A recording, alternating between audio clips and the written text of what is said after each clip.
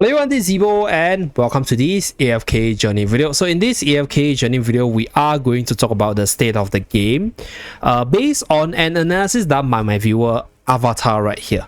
So Avatar put in a lot of work to craft up this game or state of the game analysis, and I figured I should cover it because he asked me whether or not I'm interested in this topic. So I'm interested to run through his findings, which is what I'm going to do. I'm going to read his finding and then provide my own insights on the different analyses as well as the numbers presented. So starting off with a few disclaimers. Number one, I think he will be opening this Discord channel up for outsiders to visit. So if you want to read it up on your own, I'll be linking this Discord group in the description and the comments below, so you guys can visit this yourself.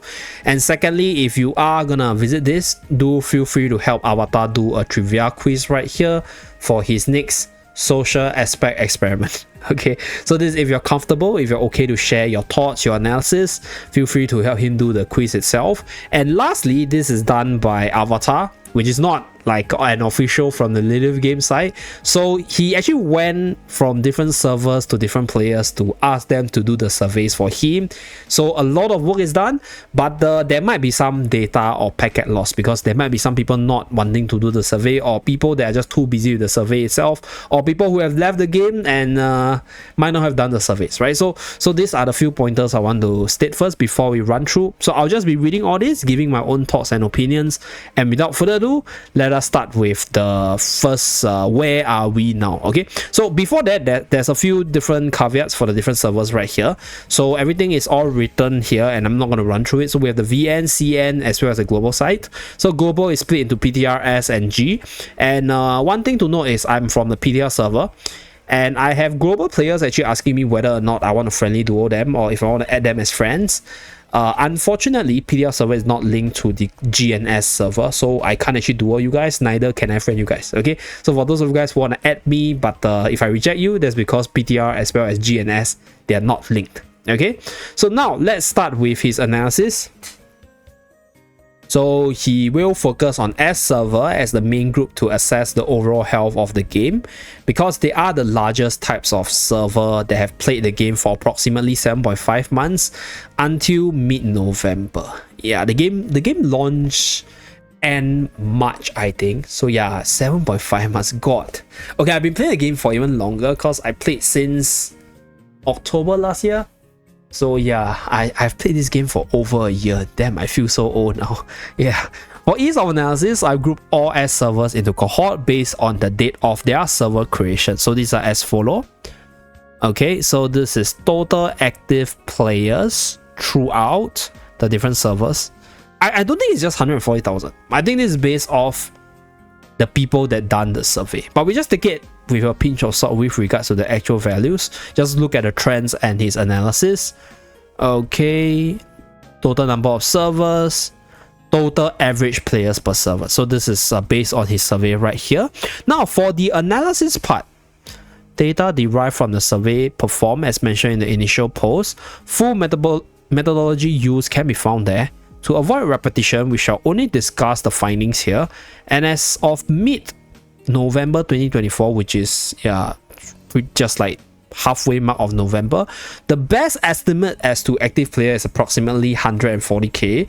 And active players are defined as players that log in at least once per week to play the game, as most servers were created in March and April 2024. The largest number of players consists of players that join at the initial start of the game. Okay, I don't think it's 140, because 140,000 is a little bit too small. Could be wrong, but I think this value is a little bit undervalued there. But yeah, we just take it with a pinch of salt with regards to the numbers over here and take a look at what he has to say about the different analysis. Okay, players joining server in launch cohort appear to be committed to the game despite playing for over 7.5 months. The average number of players is still reasonably strong, averaging at 226 players on a weekly basis. So mid-April, May, June cohort shows the weakest number of average player. These are largely players that join during the weakest period of the game. Song of Strife, mid-season or end season with a huge content drought, where most players had minimal activities to participate in. So it is unsurprising that a large number of players in this server left the game. So July and August is where I think the waves of intrigue is coming with all the hype and stuff. So newer players join and there are more people that are still around. Okay, so I sort of get what this table is about. So this is based off the people that have done his survey. So they have come to this conclusion that there's 140k players based on the values or the data collected. So that's that. But I don't think it's 140. I think it's a lot more than that. But it will be a good trend, or it will be a good data for the trends, because we will be able to see the charts, which he will be doing later on. So you guys can see, right, for the launch cohort, it has 226 players per server on average. And compared to April and May cohort, it's better. Partially based on his analysis that because there are server hoppers, there are people joining at the content drop of Song of Strife season, as well as people that creates an account in the newer servers and then they just quit the game or go back to their original server itself. So this is the April, May and June cohort. Now for the June and August cohort, the number of average players per server is the highest because of the hype as well as the new upcoming season 2 content. So there could be some returning players coming back into the newer servers to play the game once again, because if you play the game, right, you come back to your old server, there's a chance you just can't compete everywhere else. So that's why you rather go to the newer server. So there's more average players right here. Now let's go down to the attrition trend.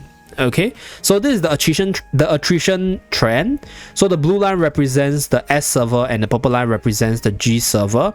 So S server shows the actual number of players in an average S server, and the server started with approximately 4,000 registered players, and it's assumed that 25% of the registered players are either server hoppers or players that immediately left the game. So yeah, the people that jumps around to find the best server for their account. Therefore, the number of active players is approximately 3,000. Okay, and then the line shows the number of active players as the months go by.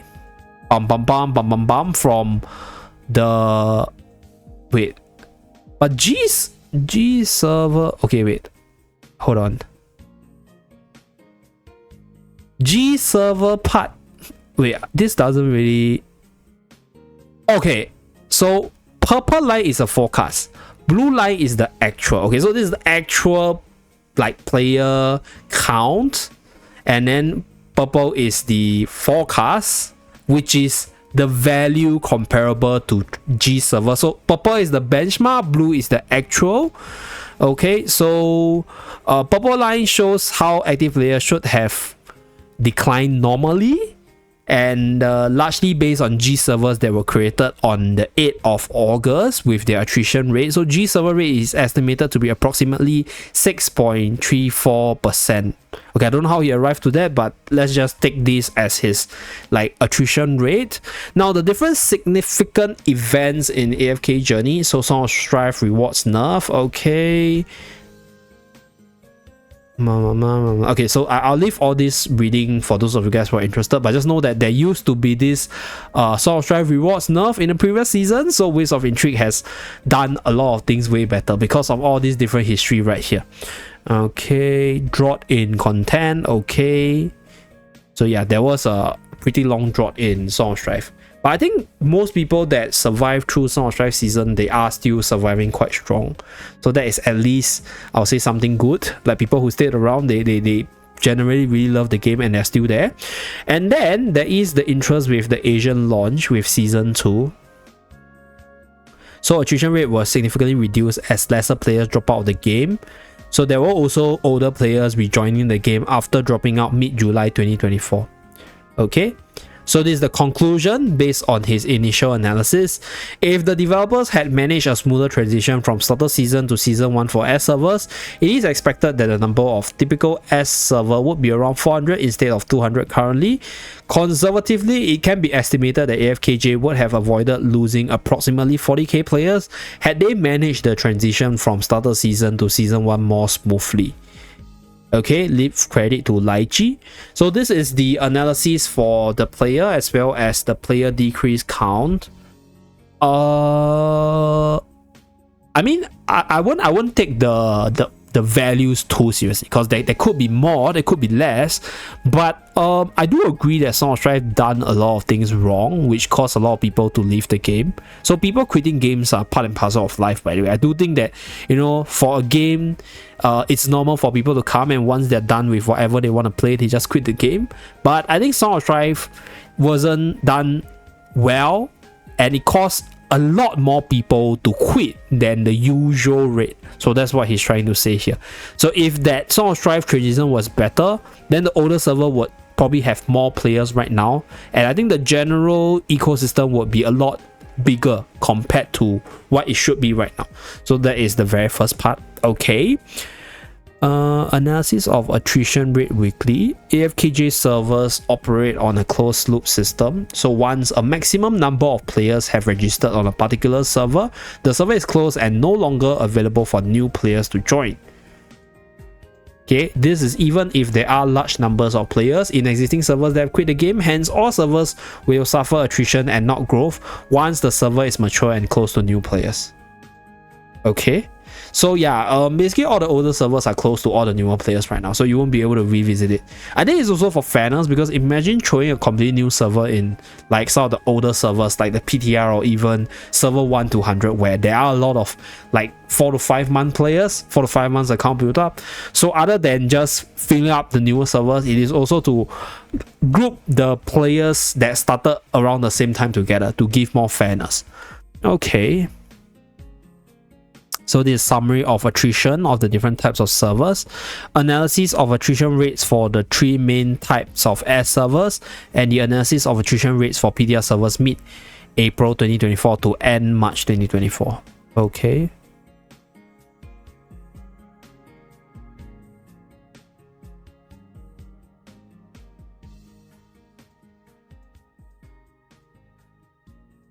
Okay, so this is for the newer PTR servers, PTR 7 to PTR 11. Technically, they're not that new. Yeah, because they are still in Senio, minimally close to a year, even for the PTR 7 to 11 side. Okay, based on the survey carried out, it can be seen that weekly attrition of 5% can be expected depending on the amount of content available and interest in the game. This rate can fluctuate between 5 to 10%. Okay, class 1. So servers can be classified into 3 main categories. So hardcore players, very enthusiastic and supportive of the game, hence they will join the servers that were created upon the launch of the game and consist of largely S1 to S240 servers. Okay, so these are like the first group of hardcore players that hops onto the game because they love the AFK brand. They have played AFK Arena and they are recommended to play the game once again by other players, older friends of AFK Arena, as well as maybe just from advertisement of AFK Journey itself. Therefore, they have the lowest attrition rate because they are the most enthusiastic about the game. Makes sense. So server class S server class 2 consists of players that are average. They enjoy the game and will continue playing if there are event story rewards that keep them invested in the game, else they will leave the game, and the majority of these servers in other cohorts excluding the launch cohort. Okay, oh, so we are seeing a trend here. So the earlier players, they are the more hardcore ones, so they will stay around even if the game doesn't have too much content or if there's a content drop, whereas the people that join later on, they're the more casual average players that just want to go in, have fun with the events, play through the different storylines itself. So that's why we are seeing an increasing attrition rate across the different classes as we move into the later servers. So for class 3, he classified it as mainly F2B players, or players that are on average less invested in the game. So there could be a variety of reasons why the attrition of these servers are higher than usual, such as a strong leadership in guild or other stuff to be invested or researched. Okay. So I guess I get what this attrition per week table is about. Okay. So visual representation of the 3 classes, pretty much the same thing, but in line graph form. Okay, that's the attrition rate of PTR. PTR servers are beta test servers created prior to initial launch of the game. As all PTR servers are allied, it is possible to obtain an accurate estimate of active players for all 11 servers in the game. Hence, we can compare the attrition rates for PTR 7 to 11 and see how to compare each other, how they compare to each other over the life of the game. Okay. So these are the different number of active players for PTR 7 to 11. Why is there no PTR 1 to 6 though? Oh, PTR 1 to 6.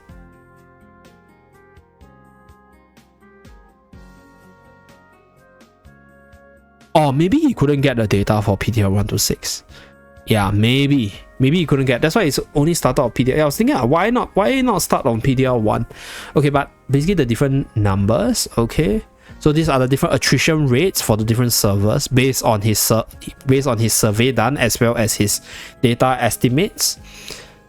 Okay, analysis. PTR 10 is unusually resilient with an attrition rate of only 6.7%, despite PTR 11 having more players at the beginning. It suffered rapid attrition at 9.56. Yeah, obviously, because like some of these PTR 11 players just went to the global side. Some of these PTR 11 players are actually older PTR server players that hop onto PTR 11 and then maybe not dominating there, and they hop to the S server side. Okay, so PTR 10 continued to be the server with the most active players in PTR realm up to date. Is that the case? I would say PTR 1 and PTR 2 has quite a number of active players as well. So I don't know about this one, but okay, sure. Share rate of 6.6, second strongest server. Or is this a stronger server based on this form? Because we don't have PTR 1 to PTR 4. It's like, for example, I'm from PTR 2, right? So yeah, I didn't start around September. I started around like late October. So wow, that's why it's like a 1 year anniversary for me. Kind of want to do a 1 year anniversary video, but yeah. So I started on PTR 2, so I'm still around. So I'm very committed, and I have a group of players with me that are also super duper committed. So I don't know. PTR 2 is quite active. PTR 1 is also really active because they are like the first batch of AFK Arena enjoyers, you know. So they have a lot of active players still. So I don't know about this part, but I do think that the earlier PTR servers might be a lot stronger in terms of retention because they are more hardcore. So that's for the PTR side. So criteria for district grouping, based on district group in season 2. So each season, each server will recruit into a new district. From the analysis carried out, it appears that district grouping are largely based on one criteria, mainly the number of active players in each server. The game tries to group server. Okay, this is interesting. It's the very first time I see it. So they group the players based on the number of active players in each server. Group servers with similar amount of active players where possible, resulting in a socialism class of district. Okay.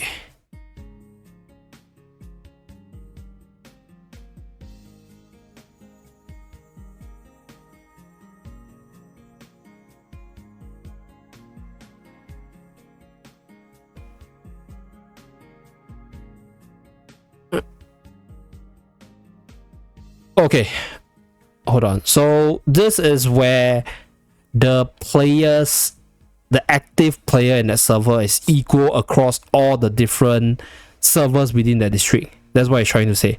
Here, certain servers have more active players compared to other servers, resulting in this graph over here. Okay, so we have District 1, District 2, District 8, District 23, District 28, and District 70. So these are basically the different districts where he was able to get the data on. Then for here, we have 30, 31, 42, 43. So yeah, missing quite a bit of district here. But there's a, yeah, I guess there's a trend in terms of the player count. So there are certain, okay, then if that's the case, then it shouldn't be grouped by number of active players, right? I don't think it's just based off one criteria though. It could also be grouped off the power level of the players. Because like I have realized that there are certain servers where there are more stronger players, and then that's where they are able to actually group together with maybe another server with equally strong players for them to compete it out, but I'm not too sure about that. So I'm just gonna base it off his research here. So he said that it's based off the number of active players in the server, fine. And there are extremely weak servers, but not to the point of being critical. These weak servers are grouped with two other strong servers, resulting in a dual poly district. Okay, so this is for one weak server compared to two strong servers. So that's why I call it the dual poly. And then monopoly is one server just being really, really powerful, having really powerful guilds, dominating the ladder. And then this is probably where like every server has an equal distribution of players on the top and players on the ranking itself. Okay, so that's for the different analysis. I don't know how that's gonna affect his. Okay, this is for district. Okay, fine. Let's see what he has to say afterwards. Oh, where there are critical servers at the point of dying, they are allied to another server and joins the district with 4 servers. There's also 4 server districts where all servers are similar number of active players. Okay, so I think from this, right? Okay, so I think from this, what we can see is they probably will group the servers based on the active players, and like the different districts should have equal number of total active players, right? So district 1, district 2 should be the same, and obviously there are some servers where there are lesser active players, so they will be grouped with maybe a server where there's a lot of active players, or maybe 2 servers where you have average number of active players, so you get this total number equal across all the different districts. So that's probably what he meant there. Okay, I think that makes sense. If not, then there's servers where there's so many people, and because the ranking and the rewards, they are tight, right? You will have a lot of people not getting anything because there's just too many players out there. So yeah, okay, fair. So this is all the different district included in his research. Okay, heat map of active players for S server mid-November 2024. Okay, so this is estimate. Don't use it as a guide. So red is 150 active player or less, yellow is 150 to 200, orange is 201 to 250, light green is 251 to 300, and then dark green is the most healthy, more than 300 active players. To be really honest, I did rather be in the red district so that I can get better rewards easily.